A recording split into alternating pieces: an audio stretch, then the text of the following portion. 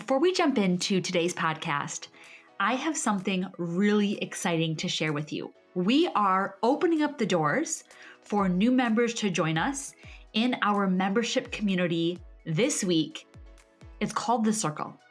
So I want to take a few minutes to share with you about what The Circle is so you know if it is something that you want to look into and get more information.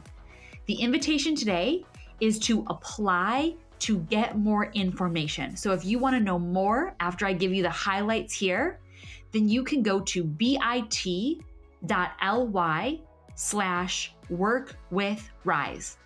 And when you go there, you're going to be able to fill out a simple application and we will invite you into an opportunity to learn more about The Circle. But real quick, I want to tell you that The Circle is our coaching community for those who are ready to live their yes life, experience way more joy, let their light shine bright, and have the best year yet. What we're doing with our clients in our circle is helping them fall back in love with their life by saying yes to their big, bold dreams and discover a roadmap to reach those dreams that's paved with pleasure instead of hustle. So we're breaking the cycle of settling for good enough, waiting for a better time, and honestly not having what it is we truly want. The Circle is where we pour into our clients and support them from a mind, body, soul approach in an inclusive community that provides regular intentional coaching so that you can honor your desires and dreams and bring them to life now. Real quick, then we're going to dive into the episode. I want to tell you 7 reasons to join us in The Circle. Number 1, if you are here to live your yes life. Number 2, if you notice that you've been taking care of everybody else and it's time to put you on the top of the priority list. Number 3, if you desire a supportive community and accountability to keep you taking daily action on your dream life. Number 4, if you are done wishing, done waiting, and done hoping for things to change, because you know that when you make the first move, the universe is going to follow. Number 5, if you desire deep soul alignment in your work, your life, your relationships. Number 6, because you want to align to your intuition and trust yourself deeply. And number 7, because you desire more joy, more adventure, and a life that you love now. I could share so much more about what this program is, but I want to tell you that this really is founded on the belief that small hinges swing big doors. So we have put everything that we offer together in bite-sized pieces. It is designed for the person with a full schedule and a full life with a low investment and high value. So head on over to bit.ly/workwithrise to apply and be able to learn more about what exactly The Circle is and how it is that you can join us this week while we are opening the doors and bringing on new members. There is a myth that trips people up, slows them down, and even stops them from reaching their goals. And that's exactly what we're going to get into in today's episode of Live Your Yes Life. This is our podcast where we share channeled thoughts, discussions, and interviews on what it takes to go from dreaming and wishing to actively living your yes life. My name is Kaela Jetta. I'm one of your hosts. And today I am so excited to be with you while we talk about the myth that is keeping you from harvesting your goals. Okay. First of all, I want to have you bring to mind one of the goals that you have been working on. I do this a lot in different podcasts because I like it to be as interactive as we can be, and I want to make this real and alive for you. So take a minute to think about one of your goals. This could be a business goal or a sales goal. This could be a relationship goal or a health goal, a fitness goal. This could be a goal that you have with your spirituality or your relationship with time or money. So let me just quick rattle off a couple to give you an idea and get you thinking of something that you may currently have a goal around that you want to put some thought into. So if you are an entrepreneur or you have a business goal, This might be like a certain number of clients or sales you're wanting to make this month. If it's a relationship goal, it might be the number of dates that you are wanting to go on with your significant other or your partner so that you are actively moving towards the relationship. Or maybe there is a goal to book a vacation at a certain place in a certain number of days or weeks. And so you're saving money and you're getting people in your life on board to go on this vacation or support you to go on this vacation. Maybe you have a money goal of how much money you want to make or invest or save or debt you want to pay off. Maybe you have a well-being or a fitness goal. Like I personally right now am training to run a half marathon. So I have that goal coming up. Or maybe you have a goal around your spirituality. Like you want to explore your intuition, or you want to join a women's group that supports you in diving into your faith. So whatever your goal is perfect and welcome here. This is a space to take the things that you've been dreaming about and wishing and bring them to life. So now that you have one, bring it to mind. Okay, now let's dive into the myth. So I hear so many people get frustrated and slow themselves down because they take an action and that action does not immediately produce results. And this is the myth. The myth is that we believe that every action we take should quickly yield a result. The myth is believing that every action we take should quickly yield a result. And if it doesn't, then we think, well, that action didn't work, or there's something wrong with me, or this just in general isn't gonna work. And I am here to tell you that is a myth, my friends. That is a myth. That is not how it works. When we go to harvest our goals, we have not just planted the seeds a minute before. That's not how it works. Let's actually think about this like a tree that bears fruit. If I want to walk out into my yard and pick an apple from a tree, I cannot plant the seed, turn around and water it, and immediately expect to be eating a delicious apple from the seed that I just planted moments before. And yet, we think that this is how it's going to work when we harvest our goals. So we'll do things like we'll have a conversation with one person and maybe they'll say, you know, I love to work with you, but this just isn't the right time. And then we feel defeated and we feel rejected and we think, I don't know if this is going to work. Or we take a swing at a vulnerable or intimate conversation with our partner. Maybe we're trying to create a new pattern with our partner, a way where we feel seen and heard and valued in our relationship, where we get to have our needs met. And so we take a swing and have a conversation to try and communicate what our needs are or what our desires are. And maybe they didn't fully grasp it in that one conversation. And we just throw the towel in and think, see, they're never gonna get it. It's never gonna be able to go how I want it to go. Or maybe we have set a goal to create more strength in our body or endurance. And so we go for one workout and after we feel winded and tired and our legs are sore. And again, throw the towel in and think, I'm not cut out for this. This is too hard. I'm not ready. This isn't working for me. So in those moments, what we're doing is we are planting a seed and expecting that seed to immediately bear fruit. And we're also expecting that every single seed we plant is going to bear fruit. Okay, now I know that some of you are gonna be up in my DMs so quick saying, no, Kaela, I have been planting seeds. Let me tell you, I have been planting and planting and planting seeds, and I am still waiting for the harvest. So I hear you, I got you. I'm gonna speak to that in just a moment, okay? Listen with an open mind and know that I'm gonna address that. Before I get there, I wanna just talk about, for those of us that are planting a seed and expecting that it immediately harvests. And I just wanna remind you that that's not how it works.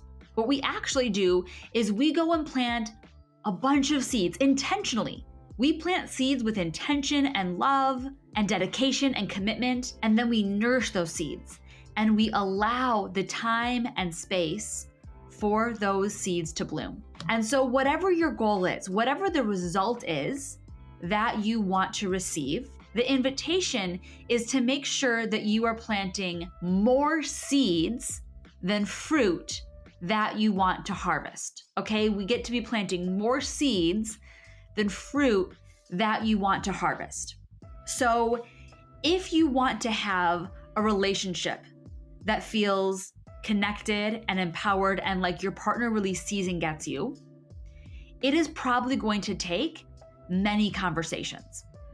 And it's going to take intentional conversation, and it's going to take modeling and maybe even dual coaching or partner therapy sessions. It might take doing some work together, reading books together, diving into your love language is together. I would say that for a relationship to really, if it's kind of feeling like it's off the rocks or it's just like not really on the track the way you want it, for that relationship to flourish and be in the way that you want, we have to plant many seeds. Let's look at this if our goal is to harvest clients or money or customers in our business. On average, it takes anywhere from 1 to 10 conversations with somebody or with different somebodies to result in a client, a customer, or a sale. Of course, this number is different for different people, and it's different depending on how high touch it is. Is it just a DM, or is it a one-on-one conversation? Is it face-to-face? Are they cold? Are they warm? All of these goes into it. But if we want to harvest the fruit of a new client or a sale or a customer, we get to plant more seeds than just that one. And not just the seed of talking to the person that we're looking to become our client, but planting seeds, making deposits with our energy into the direction that we want things to go. So we could also think about this like, are you making more deposits in your bank account than you are withdrawals? And I don't mean, sure, your literal bank account, but just the energetic bank account of whatever it is that you are wanting to create. So again, because I know that we have a lot of entrepreneurs that listen, let me dive in a little deeper on this example about clients and sales. Let's say that you are wanting to create 3 new clients this month. You want 3 new clients, 3 new sales. Not only would I recommend that you're having somewhere between 3 to 9 to maybe even 12 invitations and conversations with potential people, but you also would be making energetic deposits on things like building relationships and making connections with people that can in the future or right now become that customer or client. So if I want 3 new clients, I am probably making somewhere between 40 to 60 energetic deposits. And I don't want that number to scare you because these aren't 40 to 60 one-hour conversations. An energetic deposit, a seed planted, these words can be used interchangeably, is something like I comment on someone's post. I take the time to pause and read it, and I leave a genuine, heartfelt comment. Or when I'm at a networking event, rather than being so focused on, am I going to connect with everyone here? When I'm talking to this person, I'm present, I'm making eye contact, and I'm making sure that we're connecting on social media before we leave so we can stay connected. So all of these are different examples of how we're planting seeds and we're making deposits. And we don't let ourselves get tripped up or frustrated when this seed is not what bears fruit. That is not our business, y'all, okay? I really want you to hear that. This is what often can happen. This is the myth that we believe. We plant this one seed and then we are just watching it like a hawk. We're like, this seed better bear me a fruit. Or this deposit that I just put in my energetic bank account better yield a return on investment quickly, immediately, right now. And we're watching it, we're watching it, we're watching it. And if that one seed does not bear the fruit that we wanted, or that one energetic deposit does not immediately create the return on investment that we wanted, we get defeated. And we're like, it's not working. But that's not how it works. So how it works is our business is planting seeds. Our business is making deposits. And so that's what we do.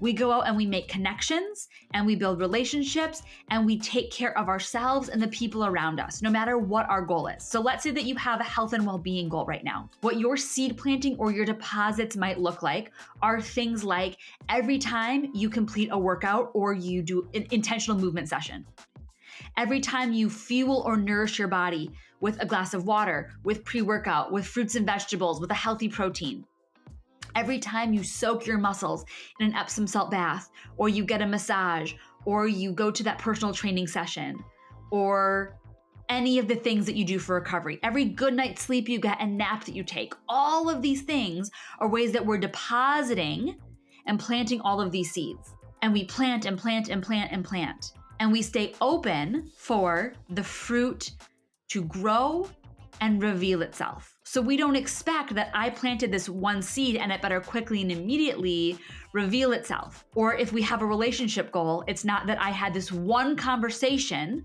with my partner, and now from this one conversation, I need to see the fruit that I was intending. But actually, I'm gonna plant and plant and plant and plant, and then I'll harvest whatever tree is bearing fruit.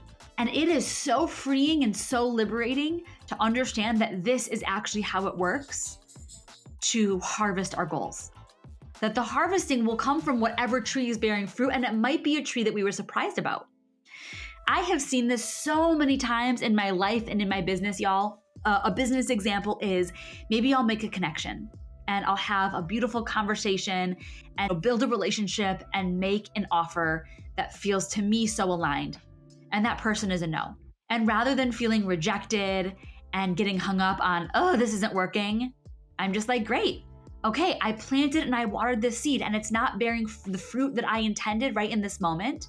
That is all good. I'm going to keep having this seed in my garden and be grateful that it's here. And then I will turn around and it's like, oh my gosh, I forgot that I had an orange tree here. You know, I was planting the seed for this apple, but I turn around and there's an orange tree. And now I'm gonna harvest this orange right over here.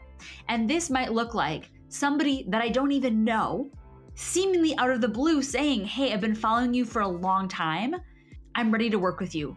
I've read everything on your website. I know what the program entails. I'm ready. How do we start? And then I think, oh wow, there's a seed that I didn't know I was putting any energy into. But every blog post I did, every podcast that I did, every social post, they've been following along. And all of the seeds that I had just planted over there on that apple tree are now bearing fruit over here.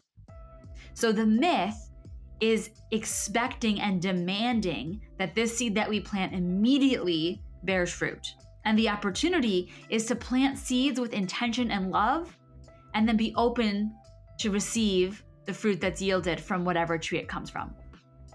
Okay, before we leave, I wanna honor my promise and circle back to those of y'all that are feeling like, oh, but I have been planting seeds. I have been planting seeds, my friend.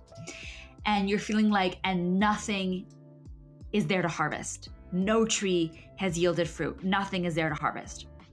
Okay, so I would invite you to look at a couple things. The first is, what kind of soil did you plant these seeds in? If you planted these seeds in a soil of desperation or neediness or a constricted energy, that tight fist closed, I need this to come through, I'm not so sure that that's the kind of soil that really lets roots grow. So we want to check in. We might need to plant some new seeds with different kind of soil. And then what kind of water are you using to nourish that seed that you planted? If you are using water that is also from an energy of desperation, hurry up, let's go, I'm watching you like a hawk, let's get it together, I need you to have a result. Again, that's more like an acid rain versus water that's actually gonna help this tree grow. So that's the first place I would have you look. And it's important that you be really honest with yourself. And let's notice that if we're in the energy of, I've done all the things and nothing works, check in on what kind of energy that is. Because it's probably kind of that lumpy clay soil that really doesn't have room for the trees to take root.